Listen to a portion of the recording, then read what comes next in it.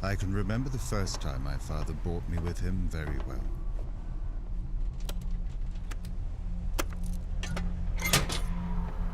I felt too young and too seasick.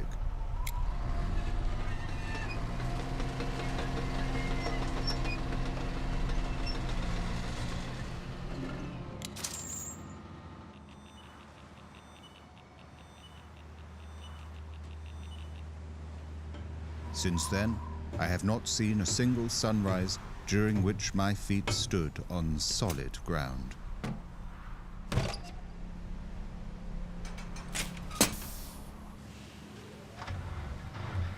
One can trust the ocean. It does not change. I have read that at some point in time, humans swam in it. And when the ship still sailed the seas, the ocean and sky were supposedly blue. Whether or not this is true, these antique ships have rendered themselves useful as building materials. Every day, new people came to this island, and they all needed a place to live.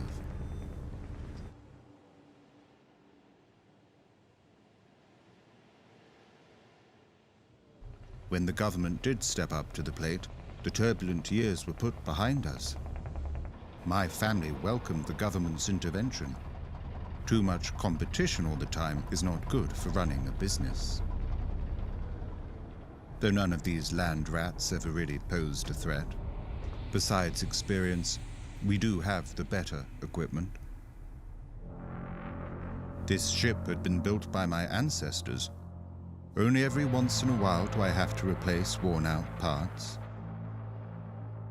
Although the fat swallow is even older than it appears to be, everything is synchronized and still functions perfectly.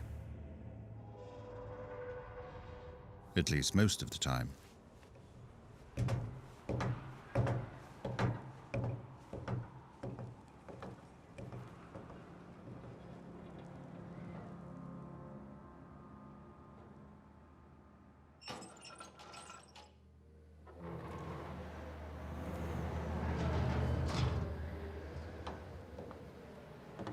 I grew up in this house. My wife always wanted a bigger house, but what for? Everything you need is right here.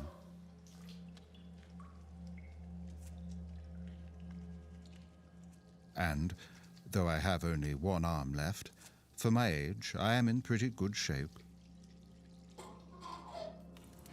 Unfortunately, I have to rely on canned goods.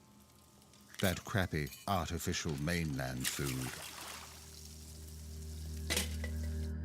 As already mentioned, I really am in good shape, though my hunting days are over.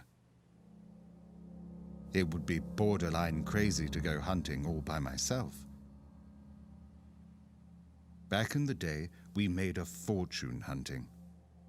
The mainland's demand for fresh meat was hard to fill.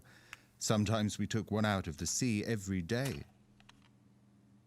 This one here was my largest catch. Must have been almost 50 meters long. We had to spear him with 5 harpoons just to slow him down. He pulled my friend's ship under the sea. And when I attempted to save Chan and pull him onto my ship, he took with him my friend, along with my arm. We later cut Chan's corpse out of his belly. This was a good death for a good hunter, and we held the feast in his honor.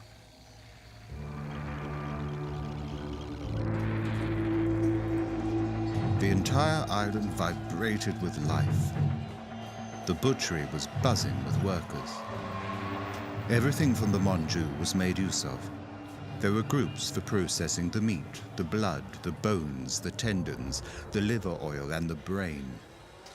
Since the group that finished last had to empty the guts, every group aimed to finish first.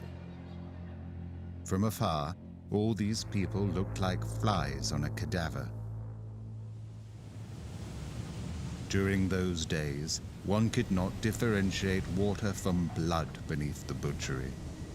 When the meat arrived at the market, it only was considered fresh if it was still warm. At any time of the day or night, the streets were full with people. A great many merchants also came from out of town to sell their merchandise. Whatever one's heart desired could be found in those shops.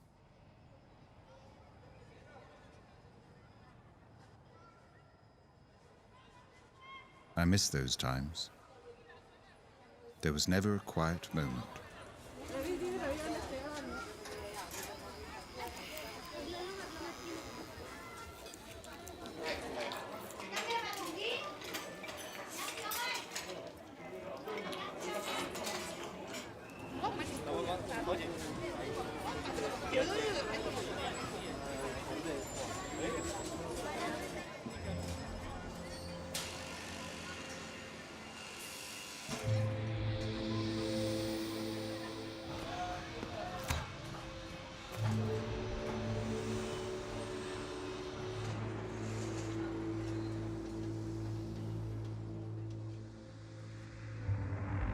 Then, when the government came to us with this New World program, people started to leave our island. More and more people left and tried to secure themselves a space on those ferries. If my wife was still alive, I would have left as well. But there is nothing waiting for me in this new world.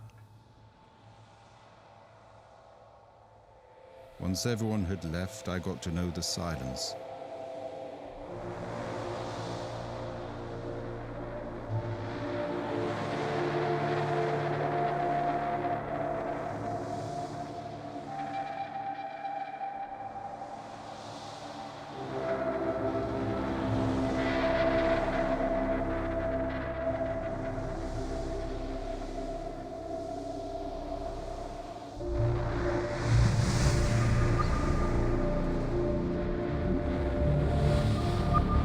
My only companions now are the Monjos.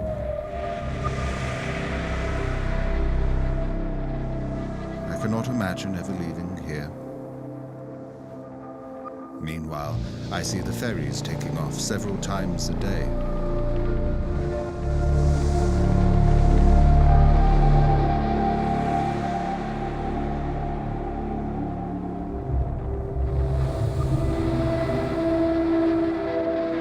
I really hope they're going to be happy up there.